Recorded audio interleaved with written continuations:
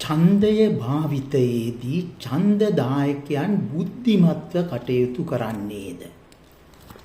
ඡන්දය භාවිතයේදී බුද්ධිමත්ව තීරණ ගනු ලබන්නේ නොගිනිය හැකි තරම් කුඩා පිරිසකි. අති බහුතරයේ ඡන්දය භාවිතා කරනු ලබන්නේ තමාට ඇති වාසි හා අවාසි පදනම් කරගෙන පමණකි. මෙය තේරුම් නොගෙන කටයුතු කළහොත් NPP එක රට වෙනුවෙන් කිරීමට බලාපොරොත්තු වන කිසිවක් කිරීමට හැකි නොවනු ඇත.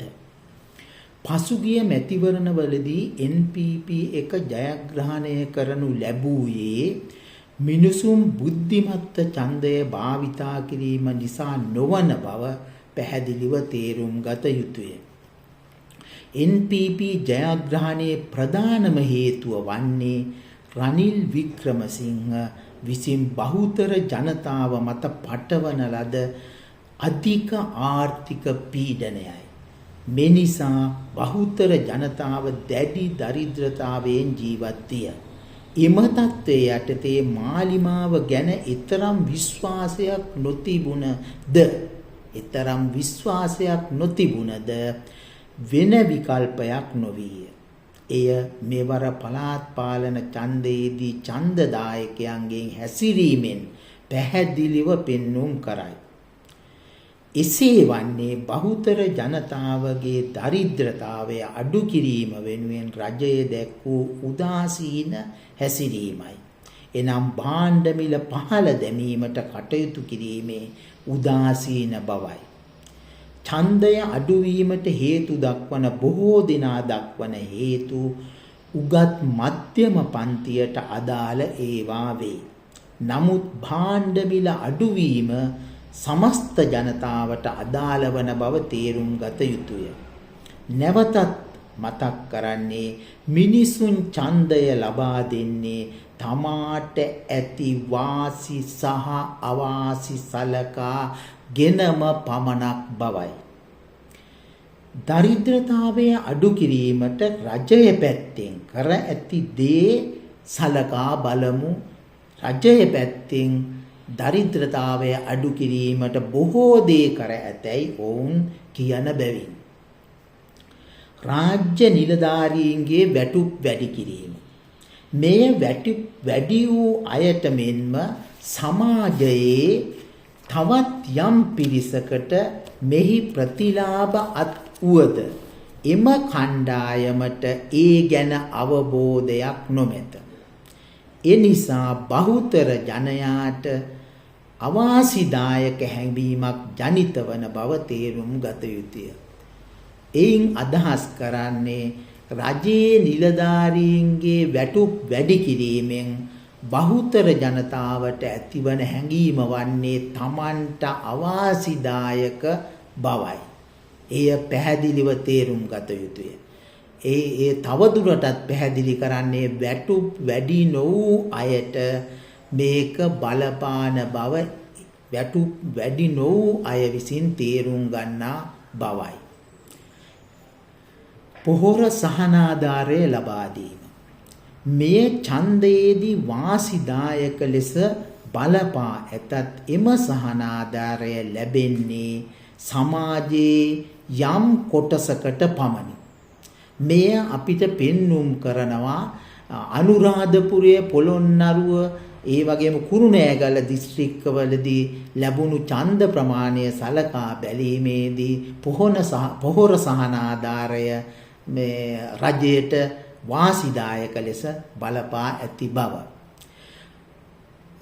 නමුත් එය රටේ පොදු ජනතාවට බලපෑමක් නොකරන බව භාණ්ඩ මිල අඩු නොවීමෙන් තේරුම් ගත යුතුය.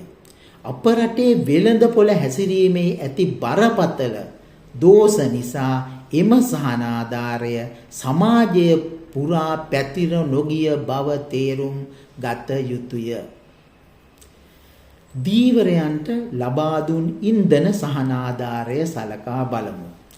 මෙහිදී සමාජයේ යම් කොටසකට සහනයක් ඇති වුවද අපගේ වෙළඳපොළ දෝෂ සහිත හේතුවෙන් පොහොර සහන ආධාරය මෙන්ම මෙයද මුළු සමාජය පුරා පැතිර ගියේ නැත.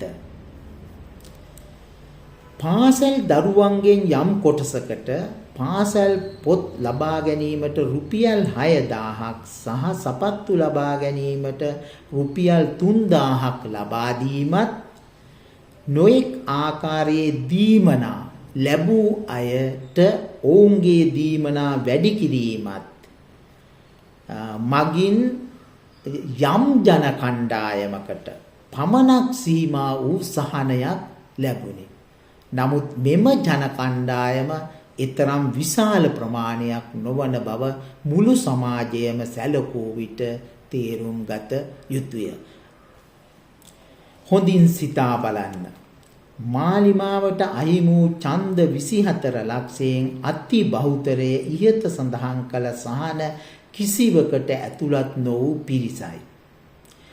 සමාජයේ සියලුම දෙනාට අදාළ වන්නේ භාණ්ඩ මිල පහළ දැමීමට කටයුතු කිරීමයි.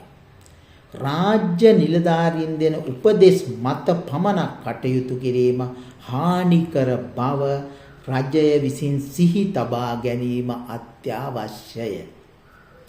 රජයේ නිලධාරීන් තමාගේ පහසුව පමණක් සලකා කාර්යයේ සාර්ථක භාවය නොසලකන පිරිසකි. එයින් අදහස් වන්නේ රජයේ නිලධාරීන් තමන්ගේ පහසුව පමණක් සලකනවා. නමුත් තමන්ට ඇති රාජකාරියෙන් සහන ලබන පිරිසගේ සහනය පිළිබඳ සහ කාර්යයේ සාර්ථක භාවය පිළිබඳ කිසිසේත් නොසලකන බව මාගේ අත්දැකීමයි.